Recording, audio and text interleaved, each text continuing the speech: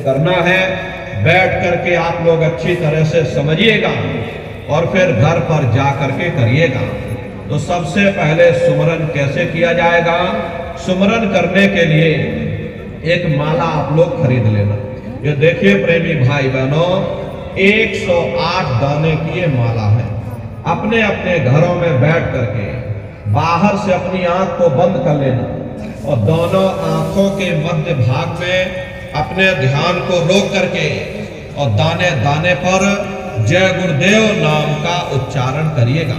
हर दाने पर जय गुरुदेव नाम, हर दाने पर जय गुरुदेव नाम, जय गुरुदेव जय गुरुदेव जय गुरुदेव जय गुरुदेव जय गुरुदेव, कुल 108 बार करिएगा।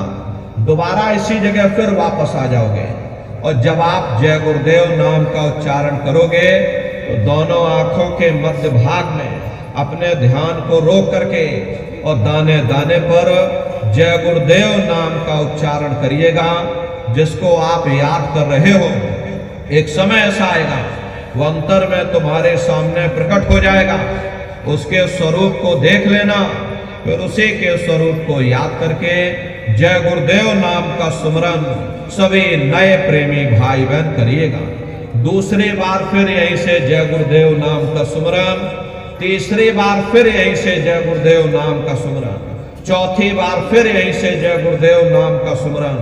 इस तरह से कुल 8 बार जय गुरुदेव नाम का सुमरन सभी नए प्रेमी भाई बहन करिएगा। और 8 बार करने के बाद में ये माला आप रख देना। प्रेमी भाई बहनों, ये जय गुरुदेव नाम किसी साधारण इंसान का नाम नहीं, ये स्वयं उस अनामी महाप्रभु का नाम है। समय समय पर संत महात्मा अपने अपने समय पर आकर के अपनी साधना के द्वारा उस मालिक के नाम को जगाते हैं, उस मालिक के नाम को सिद्ध करते हैं। जैसे कबीर साहब आए, कबीर साहब ने साहिब नाम सिद्ध किया। गुरु नानक साहब आए, गुरु नानक साहब ने वाह गुरु नाम सिद्ध किया। गोस्वामी जी महाराज आए, गोस्वामी जी महाराज ने राम नाम सिद्ध किया। मीराबाई आई तो मीराबाई ने गिरधर नाम सिद्ध किया। सूरदास जी महाराज आए तो सूरदास जी महाराज ने श्याम नाम सिद्ध किया। इसी तरह से हमारे गुरु महाराज जय गुरुदेव नाम सिद्ध करके गए। जय गुरुदेव नाम का जहाज लगाकर गए। अगर जहाज पर सारे दुनिया बैठेंगे, ये जहाज सारी दुनिया को पार करेगा। नए जीवों के लिए नाम दान को और सरल से सरल किया गया। वरना बहुत से पुराने पुराने प्रेमी बैठे हैं और अगर उनसे ये पूछ लिया जाए कि भाई जरा नाम रूप स्थान गाजे बाजे बता दो, वो तक भूल जाते हैं। अब इतने पुराने हो करके आज तक नाम रूप स्थान गाजे बाजे याद नहीं कर पाए। इसीलिए नए जीवों के लिए नामदान को और सरल से सरल किया गया। बहुत से गांव के बूढ़े बुजुर्ग हैं, बच्चे बच्चियां हैं, अरे आसानी से आप लोग समझ जाओ, सुमरन कर सको, इसीलिए इस रास्ते को और सरल से सरल किया गया। एक साध है सब सद है और सब साध है सब जाए। पहले अपने गुरु की उंगली पकड़ लो, क्योंकि गुरु तुम्हारा सच्चा रहबर है। गुरु बिन भव निज तरह न कोई, बगैर गुरु के तुम्हारी ये जीवात्मा इस भवसागर से पार नहीं जा सकती। गुरु गोविंद दो खड़े और काके लागू पाई, और बलिहारी गुरु आपने जिन गोविंद दियो बताई। महिमा उन्हीं की है जिन्होंने उस गोविंद को लखा दिया। इस संसार में हमारे 3 तरह के गुरु होते हैं। पहले गुरु हमारे माता पिता होते हैं, जो हमें जन्म देते हैं, हमारा पालन पोषण करते, बचपन से हमारे अंदर संस्कार डालते हैं। ये माता पिता हमारे पहले गुरु होते हैं। दूसरे गुरु हमारे शिक्षक होते हैं, जो हमें स्कूलों में कॉलेजों में हमें जो भौतिक ज्ञान देते हैं, ये हमारे दूसरे गुरु होते हैं। और तीसरे हमारे आध्यात्मिक गुरु होते, जो हमारी जीवात्मा को इस भवसागर से पार ले जाते हैं। इसीलिए कहा गया है कि गुरुर ब्रह्मा गुरुर विष्णु गुरुर देवो महेश्वरः गुरुर साक्षात पर ब्रह्म तस्मै श्री गुरुवे नमः।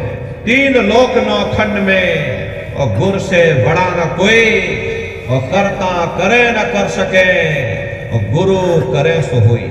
इसलिए प्रेमी भाई बहनों, साधना करने से पहले जय गुरुदेव नाम का सुमरन सभी नए प्रेमी भाई बहन करिएगा, और सुमरन करने के बाद में फिर आप लोग ध्यान पर बैठिएगा।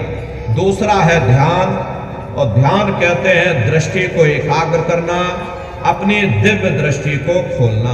तो कैसे आप लोग ध्यान करोगे, जरा अच्छी तरह से समझ लीजिए। अपने अपने घरों में पलथी मार करके आप लोग बैठिएगा। शरीर को टाइट मत करना। बहुत से प्रेमी गलती कर देते हैं कि ध्यान के समय अपने शरीर को बिल्कुल टाइट कर देते हैं।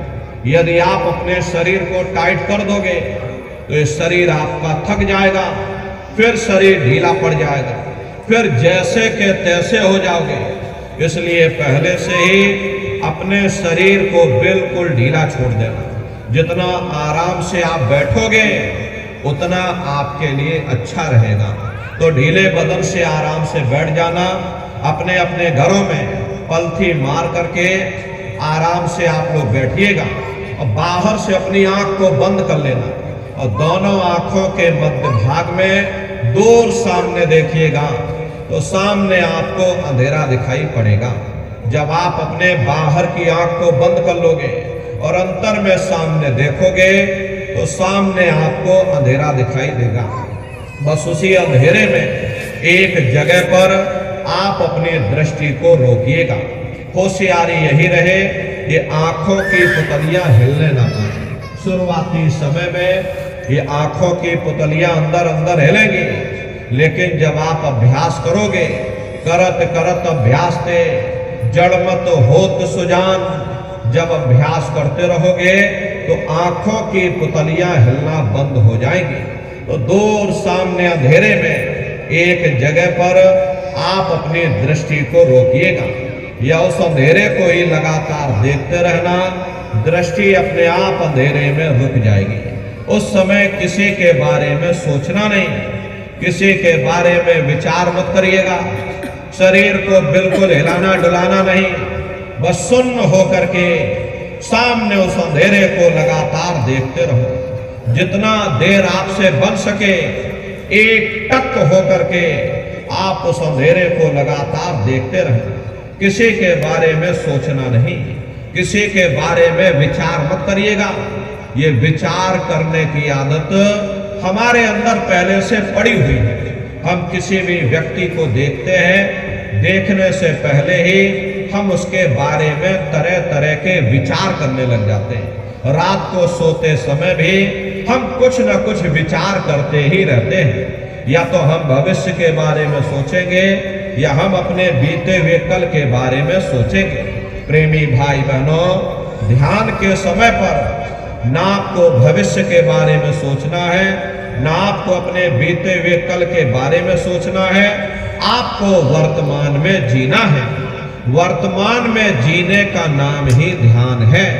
तो एक टक होकर के और सामने उस अंधेरे को लगातार देखते रहे। जितना देर आपसे बन सके आप उस अंधेरे को लगातार देखते रहो। देखते देखते देखते देखते एक समय ऐसा आएगा कि आपकी दृष्टि उस अंधेरे में रुक जाएगी, और जैसे ही आपकी दृष्टि अंधेरे में रुकेगी तो सुई की नोक के बराबर काले में भी काला बिंदु, बड़ा चमकीला बिंदु होगा, तारे की तरह चम चम चम चम चमकेगा। वो चमकता हुआ तारे जैसा बिंदु आपको सामने दिखाई पड़ेगा, और जब वो बिंदु सामने दिखाई पड़ जाए तब आप अपनी दृष्टि को उस बिंदु पर एकाग्र कर देना।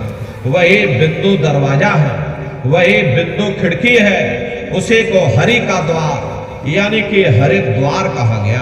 अरे बहुत विशाल वो दरवाजा है। ये संसार कुछ नहीं है। ऐसे लाखों संसार इकट्ठे करके एक साथ दरवाजे के अंदर डाल दो, पता तक नहीं चलेगा। इतना विशाल वो हरि का द्वार, तुम्हारे सबके अंदर बना हुआ है।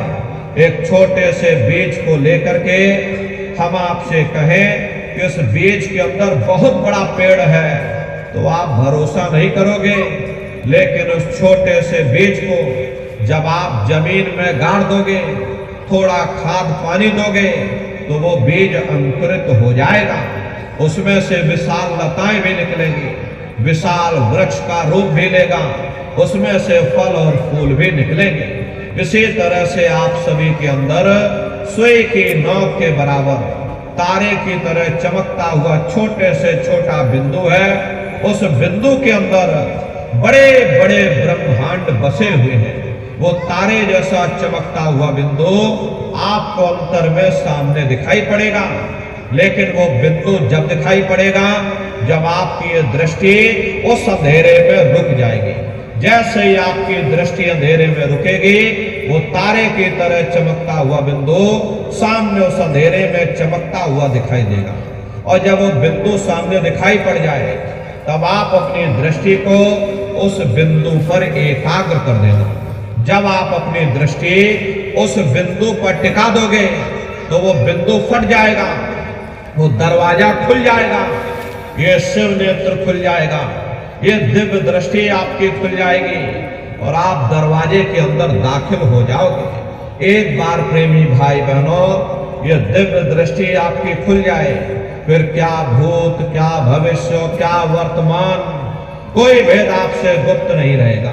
लाखों वर्ष पहले क्या हुआ था और भविष्य में क्या होने वाला है, अरे आप अपने अपने घरों में बैठ करके भूत, भविष्य, वर्तमान को देख सकते हो। तो यह ध्यान करने का तरीका। एक बार फिर से आप लोग समझ लीजिए कैसे आपको ध्यान करना है। अपने अपने घरों में पलथी मार करके बैठ जाना, बाहर से अपनी आंख को बंद कर लेना, अंतर में सामने देखिएगा तो सामने आपको अंधेरा दिखाई पड़ेगा। बस उसी अंधेरे में एक जगह पर अपनी दृष्टि को रोकिएगा या उस अंधेरे को ही लगातार देखते रहो। दृष्टि अपने आप अंधेरे में रुक जाएगी। उस समय किसी के बारे में सोचना नहीं, किसी के बारे में विचार मत करना, शरीर को बिल्कुल हिलाना नहीं, शून्य हो करके सामने उस अंधेरे को लगातार देखते रहना। देखते देखते देखते देखते एक समय ऐसा आएगा कि आपकी दृष्टि उस अंधेरे में रुक जाएगी और जैसे ही आपकी दृष्टि अंधेरे में रुकेगी, वो तारे की तरह चमकता हुआ बिंदु आपको सामने दिखाई पड़ेगा। और जब वो बिंदु सामने दिखाई पड़ जाए तब आप अपनी दृष्टि को उस बिंदु पर टिका देना। जब आप अपनी दृष्टि उस बिंदु पर टिका दोगे तो वो बिंदु फट जाएगा, वो दरवाजा खुल जाएगा, ये शिव नेत्र खुल जाएगा, ये दिव्य दृष्टि खुल जाएगी और आप दरवाजे के अंदर दाखिल हो जाओगे। तो प्रेमी भाई बहनों, यह है ध्यान करने का तरीका। और तीसरा है भजन। गाने बजाने का नाम भजन नहीं है। नाच गाना ढोल मजीरा, अरे इसका नाम भजन नहीं है। भजन कहते हो शब्द को सुनना, उस नाम को सुनना, उस देववाणी आकाशवाणी को सुनना जो 24 घंटे तुम्हारे सबके अंदर गूंज रही है। तो कैसे भजन करोगे जरा अच्छी तरह से समझ लीजिए। ये दोनों उंगली कानों में डाल करके ये कानों को बंद कर लेना। कान इसीलिए बंद किए जाते हैं ताकि बाहर की कोई आवाज हमको सुनाई ना पड़े। अपनी सुविधा से बैठिएगा। कुर्सी पर चाहे कुर्सी पर बैठ जाओ, सोफे पर चाहे सोफे पर बैठ जाना, या कोई तकिया इस तरह से रख लेना और दोनों कोहनियां रख करके दोनों उंगली कानों में डाल करके ये कानों को बंद कर लेना। बहुत सी हमारी माताएं बहनें हैं, बूढ़े बुजुर्ग हैं, अरे भाई आपके घुटनों में दर्द होता होगा या रीढ़ की हड्डी में दर्द होता होगा और आप बैठ करके भजन नहीं कर पाते हो, तो आप लेट करके भजन करिएगा। ऐसे सीधे लेट जाना और लेटे लेटे आंख और कान को बंद कर लेना। मतलब तो आंख और कान को बंद करना है, चाहे आप लेट करके करो या चाहे आप बैठ करके करो। यही कहा गया कि भाई आंख कान मुख बंद कराओ, अनहद झिंगा शब्द सुनाओ। यानी पहले अपनी आंख को बंद करो, अपने मुख को बंद करो, दोनों उंगली कानों में डाल करके ये कानों को बंद कर लो और ऊंचे से ऊंचा ध्यान दे करके उस आवाज को सुनने की कोशिश करो। प्रेमी भाई बहनों, जब आप अपने कानों को बंद करके और अंतर में गौर से सुनोगे तो आपको ऐसा अनुभव होगा कि कहीं सीटी जैसी आवाज हमारे कानों में बज रही, टी, इस तरह से सीटी जैसी आवाज शुरू में आप सभी को सुनाई पड़ेगी। करना कुछ नहीं है, लेटे हो चाहे बैठे हो, बस आप उस आवाज को सुनते रहो और सुनते सुनते उसी में लीन हो जाओ। जब आप उसमें लीन हो जाओगे तो कुछ समय बाद में दोबारा आपको अनुभव होगा कि कहीं बड़ी दूर से एक महीन आवाज, घंटे और शंख की आवाज हमारे कानों में बज रही। जैसे मंदिरों में घंटियां बजती हैं, टन टन टन, तो बाहर तो आपने नकल किया। अरे महात्माओं ने कहा था ये शरीर तुम्हारा सच्चा हरि मंदिर है, इसी हरि मंदिर के अंदर 24 घंटे वो घंटे और शंख की आवाज गूंज रही। उसे घंटे शंख की आवाज को महात्माओं ने शब्द कहा। अरे आपके धर्म पुस्तकों में लिखा है कि पोथी पढ़ पढ़ जग मुआ और पंडित भया न कोई, और 2.5 अक्षर प्रेम का पढ़े सो पंडित हुए। दुनिया वाले कहते हैं कि 2.5 अक्षर का मतलब प्रेम है। अरे प्रेम नहीं है, प्रेम में तो मात्रा लगी हुई। यहाँ पर जिस 2.5 अक्षर का वर्णन उन महात्माओं ने किया है वो है शब्द, सा आदा बा और दा। उसे शब्द को महात्माओं ने नाम कहा। कल युग जोग न यज्ञ न ज्ञाना, एक आधार नाम गुण गाना। कलयुग में न योग है, न यज्ञ है, न ये ज्ञान है, तो कलयुग में क्या है? कलयुग केवल नाम आधारा, सुमिर सुमिर नर उतर ही पारा। कलयुग में केवल नाम का आधार है, वो नाम तुम्हारे अंदर 24 घंटे गूंज रहा। उसी घंटे शंख की आवाज को महात्माओं ने शब्द या नाम कहा। उसी घंटे शंख की आवाज को ईसा मसीह साहब ने वर्ड या लागस कहकर याद किया। उसी घंटे शंख की आवाज को गुरु नानक साहब ने अनहद वाणी कहकर याद किया। मुसलमान फकीरों ने इसे कलमा कहकर याद किया।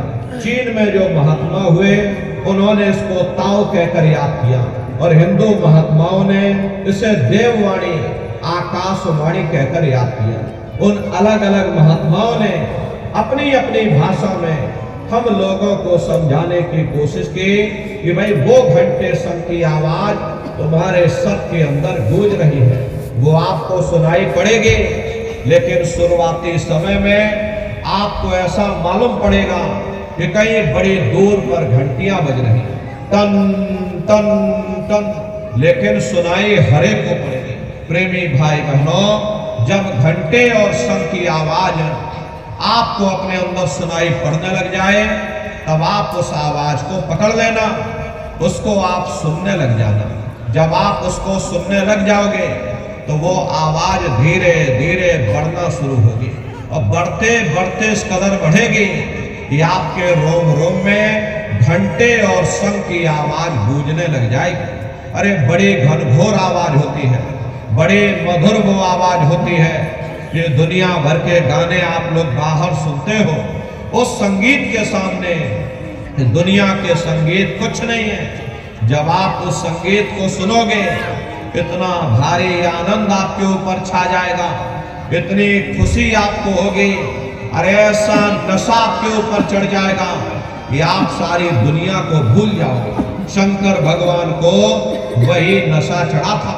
शंकर भगवान कोई गांजा भांग नहीं पीते थे, ये तो हमने आपने शंकर भगवान को भी बदनाम कर दिया कि शंकर भगवान गांजा भांग पीते थे, तो चलो हम भी गांजा भांग खींचेंगे। लेकिन नारियों, शंकर भगवान ने कभी गांजा भांग नहीं पिया। शंकर भगवान जिस नशे में लीन रहते थे वो नाम का नशा था, वो ध्यान का नशा था, वो भक्ति का नशा था।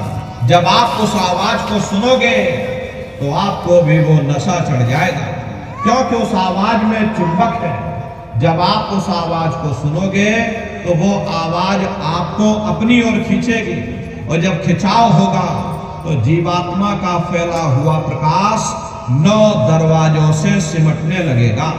अब ये 9 दरवाजे कौन कौन से हैं? देखो प्रेमी भाई बहनों, अच्छी तरह आप लोग समझिएगा, ये बहुत बड़ा विज्ञान है। दुनिया का विज्ञान जब समाप्त हो जाएगा तो ये विज्ञान प्रारंभ होगा। यही सच्चा सनातन विज्ञान है जो ऋषियों मुनियों ने समझाया, जो आदि अनादि काल से चला आ रहा, लेकिन आज के समय में लोगों ने भरमा दिया और कर्म कांडों में, पाखंड में लोगों को उलझा करके रख दिया। तो आज सच्चे सनातन विज्ञान को समझने की जरूरत है। तो ये 9 दरवाजे कौन कौन से हैं? 2 आंख, 2 कान, 2 नाक के सुराख, 1 मुंह और 2 मलमूत्र का रास्ता, ये शरीर के 9 दरवाजे हैं। सबसे पहला दरवाजा गुदा चक्र आता है। गुदा चक्र में गणेश जी वास करते हैं। गणेश जी वहां के मालिक हैं। ये 4 दल का कवल है। यहाँ पर पृथ्वी तत्व पाया जाता है। उसके ऊपर इंद्रिय चक्र आता है। इंद्रिय चक्र में ब्रह्मा जी वास करते हैं। ब्रह्मा जी वहां के मालिक हैं। ये 6 दल का कवल है। यहाँ पर जल तत्व पाया जाता है। उसके ऊपर ये नाभि चक्र आता है। नाभि चक्र में विष्णु जी वास करते हैं। विष्णु जी यहाँ के मालिक हैं। ये 8 दल का कवल है। यहाँ पर अग्नि तत्व पाया जाता है। उसके ऊपर ये हृदय चक्र आता है। हृदय चक्र में शिव जी वास करते हैं। शिव जी यहाँ के मालिक हैं। ये 12 दल का कवल है। यहाँ पर वायु तत्व पाया जाता है। अरे वास्तव वो ऊपरी मंडलों में, ऊपरी लोकों में वास करते हैं, लेकिन उनका प्रकाश, उनकी किरणें इन चक्रों पर पड़ती हैं। उसी के ऊपर एक कंठ चक्र आता है। यहाँ पर आद्या महाशक्ति की किरणें पड़ती हैं। ये 16 दल का कवल है। और आप सबसे ऊपर, तुम्हारी जीवात्मा सबसे ऊपर, दोनों आंखों के मध्य भाग में बैठी है, जहां पर ये देवियां बिंदी लगाती हैं और पुरुष जहां पर ये टीका लगाते हैं। ये बिंदी और टीका यहाँ पर हम लोग इसीलिए लगाते हैं क्योंकि यहीं पर हमारी जीवात्मा बैठी है, उसका श्रृंगार किया जाता है। तो ये 10वां द्वार है जहां पर तुम्हारी जीवात्मा बैठी है, इसी को 10वां द्वार कहते हैं। अरे आप लोग रोज चौपाई गाते हो, मंगल भवन अमंगल हारी, द्रवं सुदशरथि अजर बिहारी। अरे इसका अर्थ जरा समझने की कोशिश करो प्रेमी भाई बहनों। ये शरीर तुम्हारा मंगल भवन है, तुम्हें अमंगलों से बचाने वाला, तुम्हें नरकों 84 से बचाने वाला ये पंच भौतिक शरीर ही तुम्हारा मंगल भवन है। इस मंगल भवन के 10 दरवाजे हैं और 10वें दरवाजे पर ये अजर बिहारी यानी कि तुम्हारी जीवात्मा बैठी है। और यहीं पर बैठ करके जीवात्मा अपने प्रकाश को 9 दरवाजों में फैलाती है, जिससे तुम्हारा ये शरीर चलता है, तुम्हारे हाथ चलते हैं और तुम्हारे ये पैर चलते हैं। जब आप भजन करोगे, उस घंटे और शंख की आवाज को जब आप सुनोगे तो उस आवाज में चुंबक है, वो आवाज आपको अपनी ओर खींचेगी। और जब खिंचाव होगा तो जीवात्मा का फैला हुआ प्रकाश 9 दरवाजों से सिमट करके यही 10वें दरवाजे पर इकट्ठा हो जाएगा। और जैसे ही सारी शक्ति, सारी चेतना सिमट करके यहाँ पर इकट्ठी हुई तो शब्द क्या काम करेगा? शब्द तुम्हारी जीवात्मा को खींच करके इस शरीर से बाहर कर देगा। फिर आप अपनी आंखों से देखिएगा कि हमारा शरीर ये पड़ा और हम ये खड़े। आप अपने शरीर से अलग हो जाओगे। जैसे चिड़िया होती है, चिड़िया घोंसले से निकल करके आसमानों की उड़ान भरती है और शाम को फिर अपने घोंसले में वापस आ जाती है। ऐसे ही तुम्हारी ये जीवात्मा इस शरीर रूपी घोंसले से निकल करके ब्रह्मांडों की सैर करेगी, देवी देवताओं के दर्शन करेगी, भगवान राम के दर्शन करेगी, भगवान कृष्ण के दर्शन करेगी और घूम करके फिर अपने शरीर रूपी घोंसले में वापस आ जाएगी। प्रेमी भाई बहनों, ये ब्रह्मा विष्णु महादेव जिनकी सारी दुनिया पूजा करती है, अरे आप सभी लोग ब्रह्मा विष्णु महादेव की पूजा करते हो, और पूजा करते करते आपका ये जीवन बीत गया, लेकिन कभी तुमने विचार ही नहीं किया भाई जिनकी हम पूजा कर रहे हैं, आखिर ये ब्रह्मा विष्णु महादेव कौन है, ये कहां पर रहते हैं, ये क्या काम करते हैं, अरे इनके माँ बाप कौन हैं, भगवान राम कौन है, भगवान कृष्ण कौन है, ईश्वर कौन है, ब्रह्म कौन है, और ब्रह्म